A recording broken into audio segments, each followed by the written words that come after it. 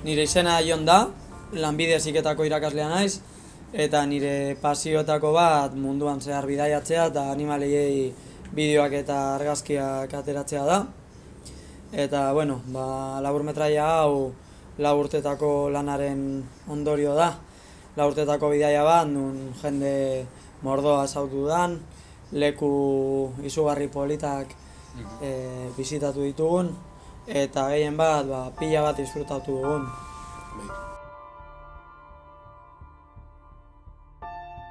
Ni Markel naz, teknikari forestala naz, eta nire denbora librea ematen dut narrastiak eta anfibioak naturan topatzen eta haiei buruz aldudan beste ikasten.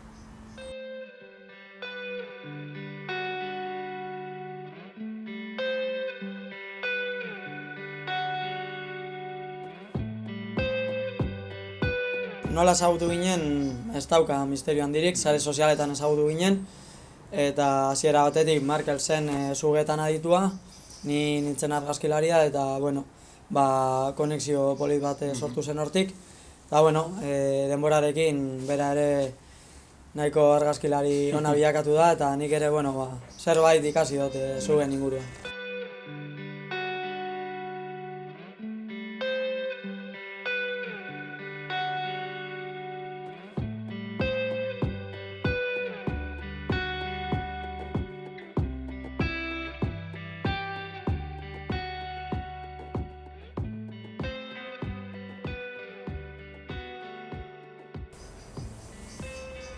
Argazkilaritza betidanik gustatu izan zaidan zerbait da, animaliak ere bai, txiki-txikitatik.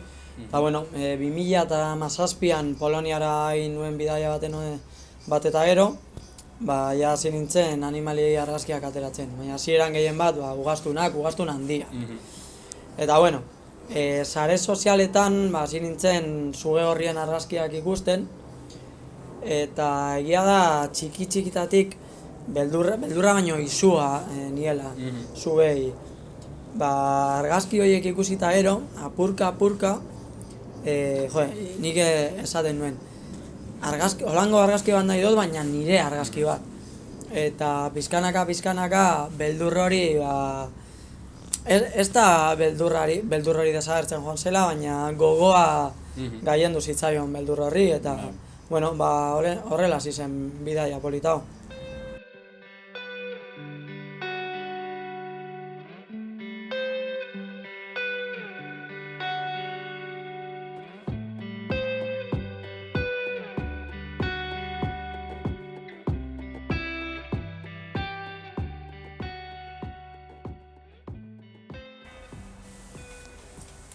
Zuk esan duzunarekin lotuta, txikitan izua zeniela sugei eta hori oso gauza ohikoa da sugeak gustatzen zaizkien jentearen artean. Eta sugeak, espezialki sugeak, oso sozialki eta kulturalki oso baztertuak izan diren animaliak dira. Eta jenteen gehienak dakien gauza bakarra euretaz da arriskutsuak direla, pozoitzuak direla, baina hori askotan ez da egia. Eta hori, izutik miresmenera pasatzeko behar den gauza bakarra askotan da ezagutzea, sugeak ezagutzea.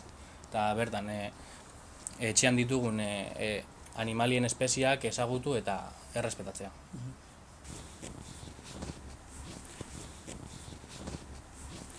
Gainera, zuk esaten duzunaren harira, nik badaukat bizipen bat, hasi nintzenean saiatzen behintzat sugegorrien argazkiak ateratzen, hilabete pila bat eman dituen irakurtzen, bideoak ikusten, eta hasi nintzenean mendira irteten,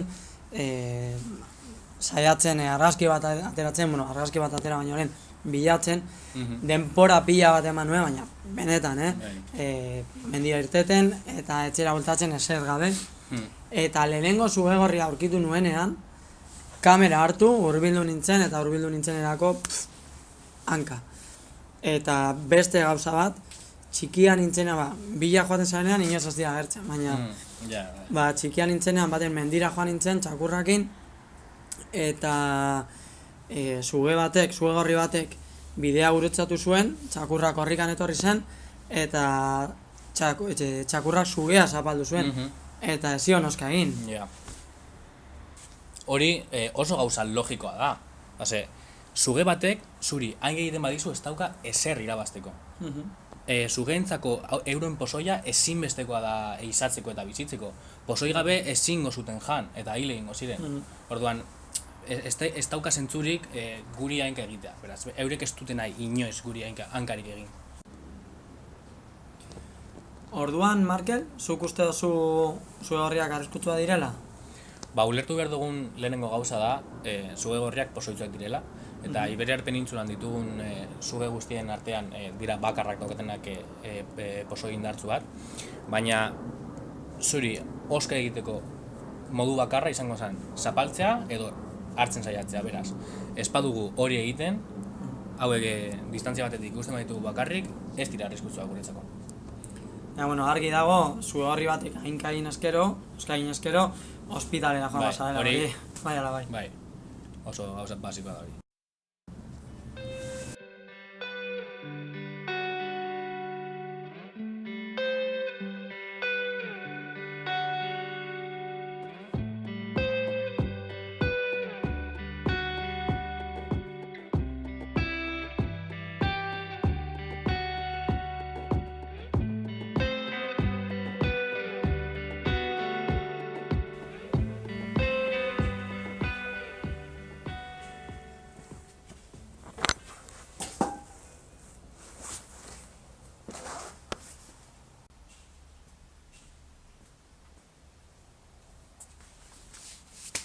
Hola, ni Amaitzen naiz 8 urte dekotaz eta aita Zugegorri bila joate guztietan jata.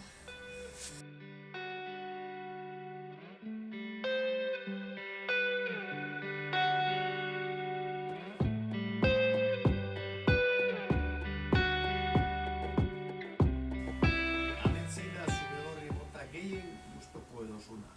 Ni Zugegorri mota gustokona Latastei Zugegorri da, baina 3 Zugegorri motak asko gustatzen jataz.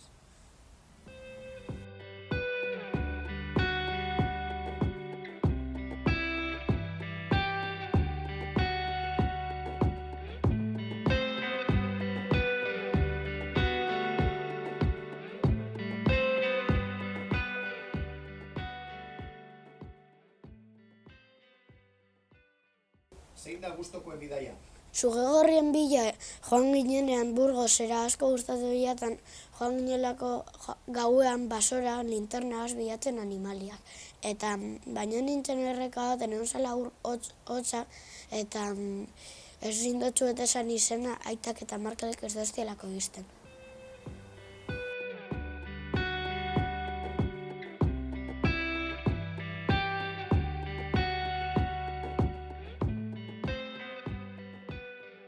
Pasadan udan, joan ginen Hego Afrikara, aita eta ni, eta ikusi onduzen pilo bat animali, baina falteak ikusen likaoiak.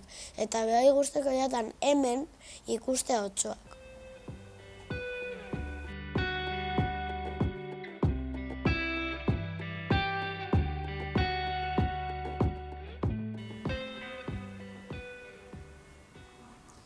Niretzat oso berezia izan da ibilbide guzti honetan Amets bidai lagun izatea, lehenik eta behin, nire semea dalako, eta bestalde uste dutelako oso garrantzitsua dela txiki-txikitatik animaliak errespetatzen ikasten hastea.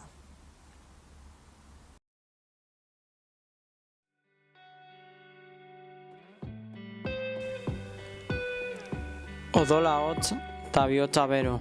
Eguzkitik hilbetera, itsasoko urgazietatik zelai berde zabalera. Iparra zain den atzendu gabe, bihurteen lorratzera, sigi sagaka lurra sentituz, egin dezagun aurrera.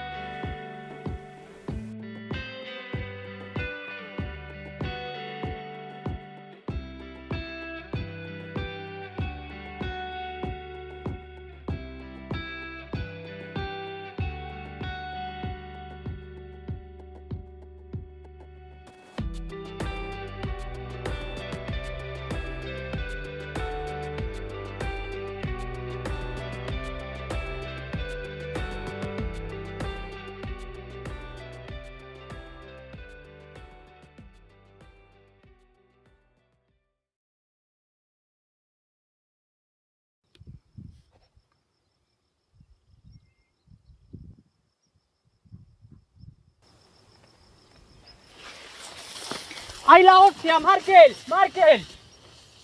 ¡Tiene una serpiente en la boca! ¿Qué dices? ¿La ha tirado? ¿La ha tirado? ¿No la has visto? Sí. ¿Cómo la te llevaba, quiero decir? Sí, sí, sí.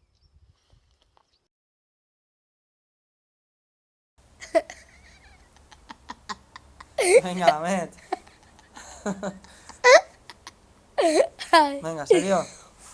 No me agarres.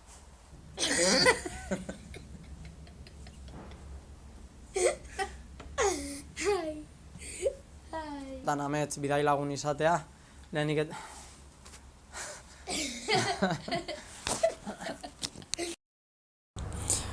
¿Namore Vieta? No, eso no, ¿no? DNI.